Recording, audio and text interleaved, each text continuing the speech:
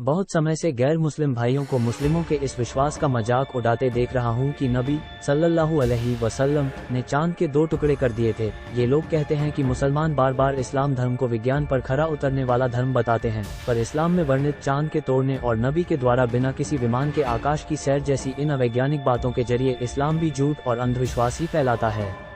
पहली बात तो हम इन भाइयों से यही कहेंगे कि इस्लाम को फैलाने के लिए अल्लाह और रसूल सल्लल्लाहु अलैहि वसल्लम ने चमत्कार दिखाने का सहारा नहीं लिया, बल्कि इस्लाम फैला अपने उच्च नैतिक नियमों के कारण। लेकिन आप कुरान और हदीस पढ़ेंगे तो पाएंगे कि नबी सल्लल्लाहु अलैहि वसल्लम का चमत्कार न दिखाना भी कुफार की नज़रों में नबी सल्लल्लाहु अलैहि वसल्लम के झूठे होने का प्रमाण था, और ये कुफार लोगों को ये कहकर भड़काया करते थे कि ये कैसा नबी है जो साधारण आदमियों की तरह बाजारों में घूमता फिरता है। यदि ये वास्तव में नबी होता तो अल्लाह ने इसके साथ एक फरिश्ता रखा होता और ये चमत्कार दिखाता होता। इस कारण कुछ एक चमत्कार जो अल्लाह के हुक्म से नबी सल्लल्लाहु अलैहि वसल्लम ने दिखाए, वे एक तो इसलिए ताकि कुफार के आरोपों को झुठलाया जा सके, और दूसरा कारण ये कि वे गैर मुस्लिम जो चमत्कार को ही ईश्वर की निशानी मानते थे और सम्मोहन करने वाले जादूगरों के जादू के कारण ही उन्हें ईश्वर का साथी मानने लगे थे, वे लोग भी अल्लाह के द्वारा किए गए सच्चे चमत्कार को देखकर ये जान ले कि मोहम्मद सल्लल्लाहु अलैहि वसल्लम को ईश्वर का सच्चा साथ प्राप्त है।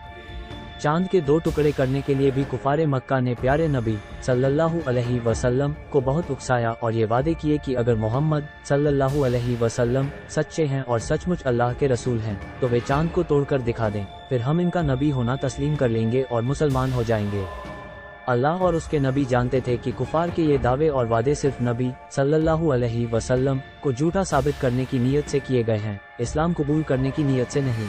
लेकिन यहाँ नबी सल्लल्लाहु अलैहि वसल्लम की सच्चाई को दांव पर लगाया गया था, सो अल्लाह की मर्जी से नबी सल्लल्लाहु अलैहि वसल्लम ने उंगलियों के इशारे से चांद के 2 टुकड़े करके अपनी सच्चाई का सबूत भी कुफार को दिया, और कुफार का ये झूठ भी दुनिया के सामने ले आए कि चांद के टूटते ही वो मोहम्मद सल्लल्लाहु अलैहि वसल्लम का नबी होना तस्लीम करके ईमान ले आएंगे। कुफारे मक्का चांद के तोड़े जाने को जादू कहकर इस सच से इनकार करने लगे, और न नबी सल्लल्लाहु अलैहि वसल्लम को उन्होंने नबी तस्लीम किया, न मुसलमानों को यातनाएं देनी बंद की। बहरहाल चांद के 2 टुकड़े होने का ये वाकया सच्चा था, ये हम आज भी पूरे दावे से कहते हैं। नबी सल्लल्लाहु अलैहि वसल्लम द्वारा चंद्रमा के तोड़े जाने की इस घटना ने कई वैज्ञानिक तथ्यों को भी स्पष्ट कर दिया, जिनकी पुष्टि आज भी अंतरिक्ष विज्ञानी करते हैं। 1. चांद को देखकर दुनिया में पहले की आबादियां उसे एक ठंडी रोशनी का पुंज समझती थीं, जैसे सूरज एक गर्म प्रकाश पुंज है और रोशनी को न छुआ जा सकता है, नहीं तोड़ा जा सकता है। इस्लाम से पहले चांद को कोई भी व्यक्ति ऐसी ठोस वस्तु नहीं मानता था जिसे स्पर्श किया जा सकता हो। ये ख्याल 20वीं शताब्दी तक लोगों में बना रहा, जब तक नील आर्मस्ट्रॉन्ग ने चांद पर उतरकर ये साबित न किया कि चांद मिट्टी और चट्टानों से बना एक विशाल उपग्रह है।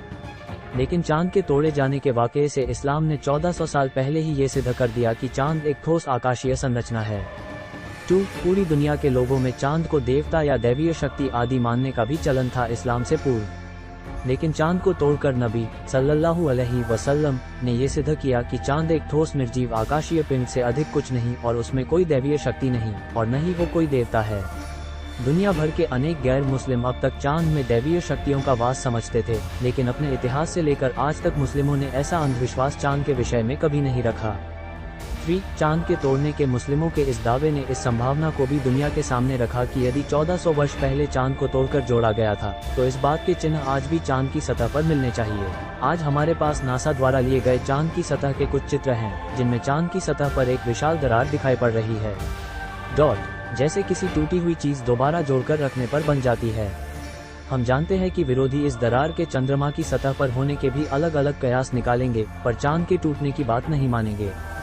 पर इस्लाम में चांद के टूटने के विश्वास का मजाक ये लोग तब उड़ा सकते थे जब चांद पर ऐसी कोई दरार न मिली होती। इस दरार के पाए जाने के बावजूद यदि लोग चांद के टूटने की संभावना पर विचार न करें तो इसे उन लोगों के पूर्वाग्रह का ही परिणाम कहा जाएगा। बहरहाल जो लोग चांद के टूटने को इस्लाम का अंधविश्वास साबित करना चाहते हैं, वे अपनी इस बात की चांद कभी नहीं टूटा था को सिद्ध करने का कोई प्रमाण नहीं दे सकते। लेकिन चांद टूटा था इस बात का एक बड़ा प्रमाण मुस्लिमों के पास अवश्य है।